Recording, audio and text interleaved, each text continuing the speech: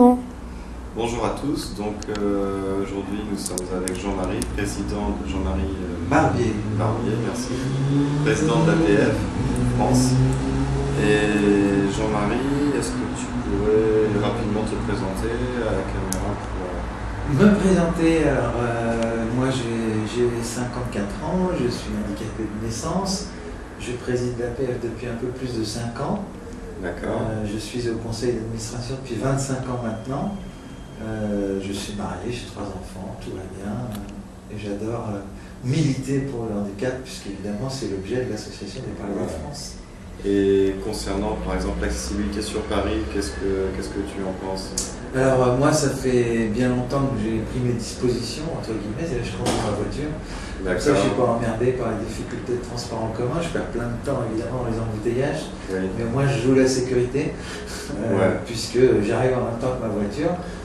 Maintenant l'accessibilité, Paris a 2 caractéristiques.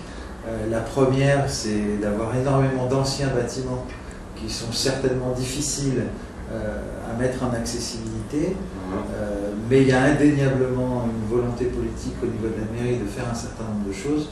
Par exemple, aujourd'hui, l'ensemble des lignes de bus sont accessibles, et ça pêche plutôt par l'incivilité d'un certain nombre de Parisiens qui utilisent la voirie comme il ne faudrait pas.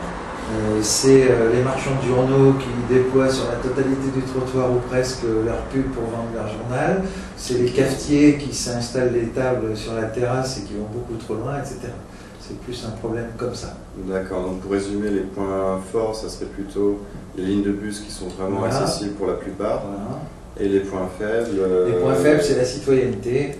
Voilà. Paris est une ville où tout le monde court du matin au soir. Chacun pour soi, et c'est pour tous, quoi. Et les politiques locaux, nationaux... il y a une volonté. Il y a un mieux de ce côté-là aussi. Alors, le problème de l'accessibilité, c'est qu'on ne dit jamais, on renvoie toujours à l'échéance de 2015, il faut bien sûr le faire, mais c'est que la première obligation, elle date de 1975, et pas de la loi de 2005. Donc si on s'y était pris à temps, il y a longtemps que tout serait fait.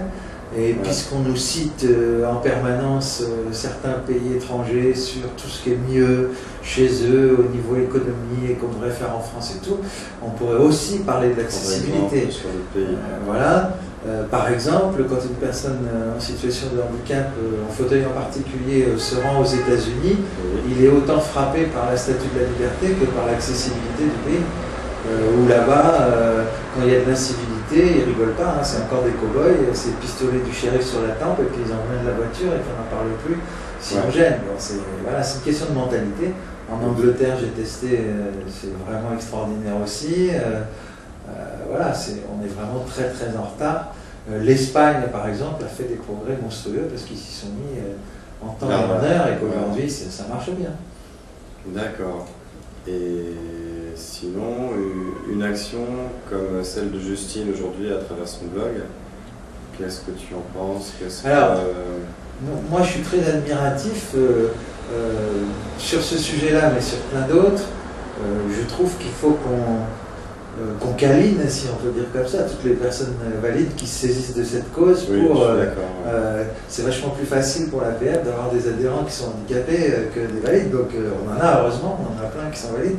Mais je trouve que ce qui est intéressant, c'est ce qui commence à se diffuser un peu dans la population, des personnes comme Justine et d'autres aussi, qui prennent fait et cause parce qu'ils ont compris plein de choses.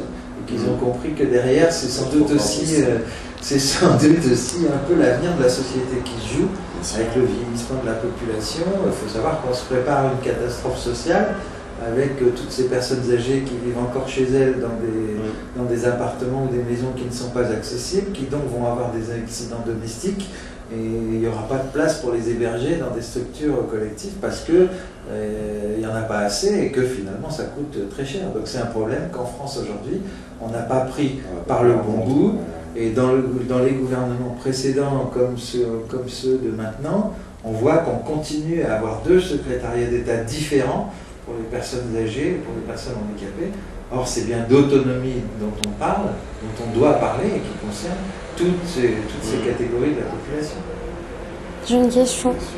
La loi de 2005, t'en penses quoi? Ah ben nous, on est des fervents supporters de la loi de 2005 telle qu'elle a été écrite, pour une raison simple. C'est d'abord parce que notre association a largement participé à son écriture et à tous les débats qui ont amené au texte tel qu'il est aujourd'hui. Ce qui pose problème aujourd'hui, c'est son application. Et après l'effet euphorisant d'un texte qui proclame dans toutes ses dimensions la citoyenneté des personnes, quand ça se heurte au concret, ça devient beaucoup plus compliqué. Je vais prendre 3 sujets, je ne sais pas si vous avez beaucoup de temps pour l'interview, pour montrer ce que ça donne. Sur le sujet de l'éducation, le combat, il est entre guillemets gagné. Aujourd'hui, il n'y a plus un directeur d'école qui peut refuser un enfant handicapé dans son école. Ou en tout cas, il est obligé de recevoir la famille et obligé de proposer des solutions alternatives si, pour X raison, c'est pas possible d'accueillir dans son établissement du fait du handicap de l'enfant. Ou de, voilà, bon. Et donc ça n'arrivera plus, ce rejet a priori. Il y a encore le problème de les gamins n'ont pas toujours toute l'aide dont ils ont besoin à l'école, etc. Mais on va dire que ce combat-là, il est gagné. Le second combat, sur l'emploi par exemple, il est un petit peu compliqué, mais il avance aussi d'une façon irréversible. Je n'en veux pour preuve que les entreprises qui se sont lancées dans cette dimension de favoriser l'emploi des personnes handicapées, j'en ai jamais entendu une qui le regrette. Il faut donc simplement qu'il y en ait plus qui s'intéressent à ce sujet-là. Et là, on peut attendre de l'État, du ministère, que des grandes campagnes soient lancées plus fortes que celles qu'on voit aujourd'hui. Et le sujet, lui, qui est bloqué dans la tête des gens, c'est évidemment celui de l'accessibilité, parce que on est en permanence en train de nous dire que oui, on comprend bien et on va faire ce qu'on peut plutôt qu'on va faire ce qu'il faut. On est encore dans ce discours de oh là là, vous êtes gentil, mais c'est tellement compliqué, voilà. Mais sauf que ça fait bientôt 40 ans que ça devrait être fait, quoi. Donc, voilà. D'accord. Et une dernière question, un rêve pour le président de l'APF? Un rêve? Oh là là, mais j'en ai plein, moi. C'est que la militance, telle qu'on peut la connaître dans les associations et celle que je connais le mieux à l'APF, continue à avancer, à progresser, parce que c'est ça aussi qui est formidable, c'est que les personnes en situation de handicap ont maintenant compris que c'était d'abord leur affaire que de s'investir dans cette revendication pour prendre leur place simplement dans la société. C'est un combat de tous les jours, c'est un comportement, on va dire, relativement exemplaire que chacun doit avoir, et c'est surtout de ne pas travestir la vérité. Il n'y a pas besoin, on peut faire du testing et des choses comme ça, mais il n'y a nul besoin d'exagérer ce qui se passe, parce que la description de la réalité suffit très largement à montrer que ça ne va pas. D'accord. Je crois que c'est tout. Merci beaucoup en tout cas. Merci à vous. Merci.